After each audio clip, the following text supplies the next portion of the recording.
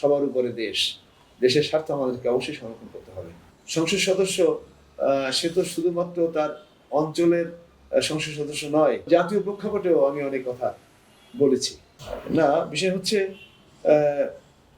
প্রথমত আমি আমার অঞ্চলের মানুষের কণ্ঠস্বর হিসেবে এখানে এসেছি।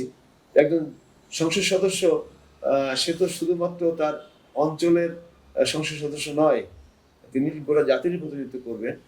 সে কারণে আমি আমার জাতীয় সংসদে যত প্রশ্ন আমি করেছি, আপনি যদি দেখতে চান তাহলে গত যে প্রথম অধিবেশনের 25 কার্য দিবসের মধ্যে 20 কার্য দিবসই আমার প্রস্তুত ছিল। সে প্রশ্ন যেমন আমার স্থানীয় দাবি নিয়েও ছিল, আবার জাতীয় প্রেক্ষাপটেও আমি অনেক কথা বলেছি। আমার অঞ্চল, সারা দেশ, এটা নিয়ে আমি কথা বলেছি। ধীরে ধীরে আস্তে আস্তে নিজেকে তো জাতীয় সংসদের প্রতিনিধি হিসেবে দেশ এবং জাতির বিষয়টাকে অবশ্যই আমাদের গ্রাহ্যের মধ্যে নিয়ে এসে সেটাকে কথা বলতে হবে। কারণ সবার উপরে দেশ, দেশের স্বার্থ আমাদেরকে অবশ্যই সংরক্ষণ করতে হবে।